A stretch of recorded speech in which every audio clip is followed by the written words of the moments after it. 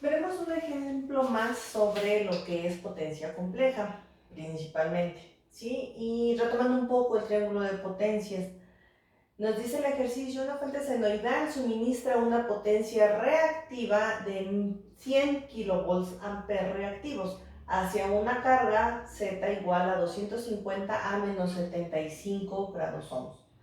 Determine tres cosas: factor de potencia, potencia aparente provista a la carga y tensión RMS, ¿sí? Para el primer inciso, pues factor de potencia, recordar, está definido como el coseno de teta B menos teta I.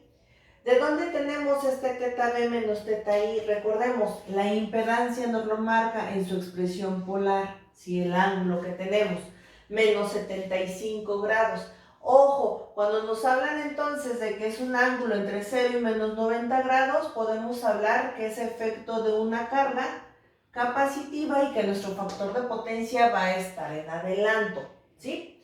Y bueno, eso lo podremos comprobar al sacar la expresión rectangular, que por ser un ángulo negativo, sabemos que la parte imaginaria va a ser negativa.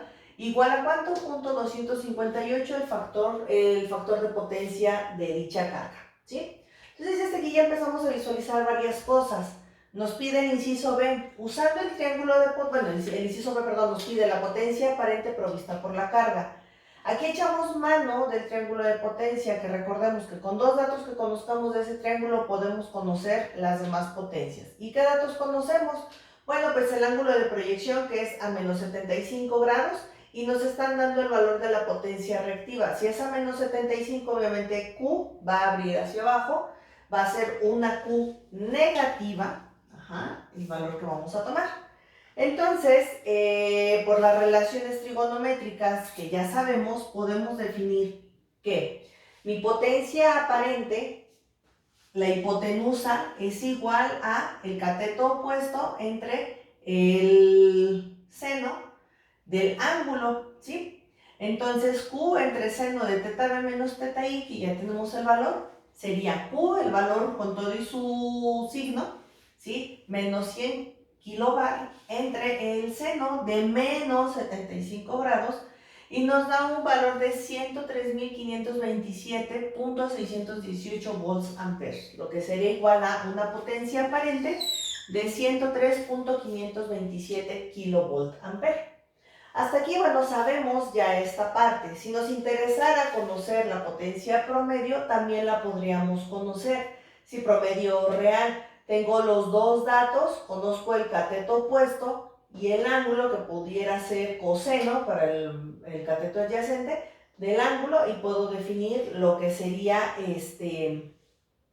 el coseno o la tangente, más bien dicho, que tenemos, ¿sí? Del ángulo como tal. Entonces aquí es un jugar con esas identidades trigonométricas que ya conocemos, ¿sí? Ahora, para el inciso C nos pide la tensión RMS. Sabemos que a partir de también la teoría definimos que la potencia compleja era igual a la corriente o el fasor corriente en valores RMS al cuadrado por la impedancia, ¿sí? Recuerden que si esto es un número complejo tiene que trabajar con complejos, ¿sí? O bien que era el valor del fasor voltaje al cuadrado en valores RMS entre la impedancia y el conjugado de la impedancia que tengamos. ¿Qué tenemos de esta expresión? Bueno, pues tenemos la potencia compleja. ¿De dónde la sacamos?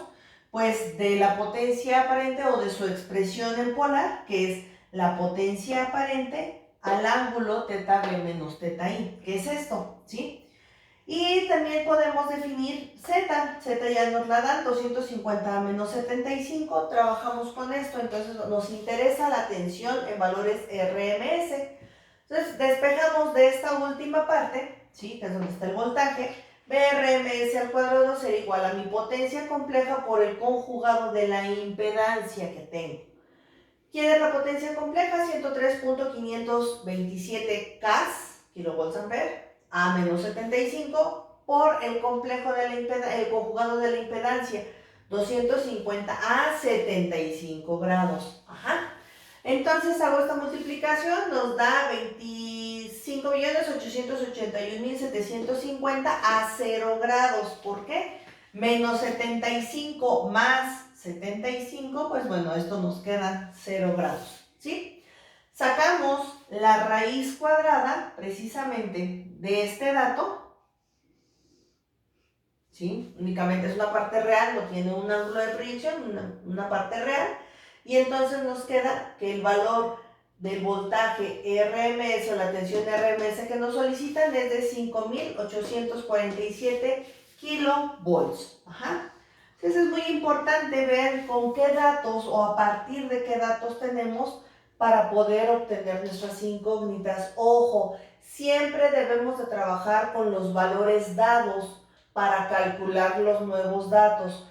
No es bueno que nos vayamos calculando o que vayamos definiendo valores a partir de valores obtenidos como tal que vayamos teniendo. ¿Sí? Aquí, bueno, nos lo da la relación, que son datos conocidos o que ya definimos y podemos trabajar con eso. Sin embargo, podríamos haber calculado P y sumamos P menos JQ y nos daría también el valor de lo que sería mi potencia compleja. Aquí, bueno, trabajo con estos dos datos. Aquí no hay pierde, este dato no cambia, que es el ángulo θB menos θi. Únicamente la relación trigonométrica obtenida para poder definir la potencia aparente, ¿sí? Es muy importante que trabajemos siempre a partir de valores dados, no de valores que vamos calculando. ¿Por qué? Porque si en algún punto nos equivocamos, hacemos un efecto dominó con un valor que esté mal, todo lo demás o todo lo subsecuente que calculamos está erróneo, ¿sale? Entonces, bueno, este es otro ejercicio que toca lo que es potencia compleja, donde definimos factor de potencia, nos da cuál es la carga predominante, qué tipo de factor de potencia está, hacia dónde abriría mi triángulo de potencia precisamente. Definimos lo que es las potencias aparentes y podemos definir el voltaje o también podríamos definir cuál es el valor de la corriente. ¿Sí? ¿A partir de qué? De que conozco mi potencia compleja y de que conozco mi impedancia total de la carga. ¿Sale? Entonces, bueno, es una manera en cómo podemos trabajar precisamente para calcular. Por eso les decía que es muy importante, una vez que conocemos la potencia compleja, podemos conocer todos los datos referentes a cualquier red eléctrica o a cualquier carga conectada a la corriente alterna. Incluso sus voltajes y sus corrientes, ¿sí? Aquí está esta última relación. Y bueno, cualquier duda o comentario, pues bueno, por favor háganmelo saber. Muchas gracias.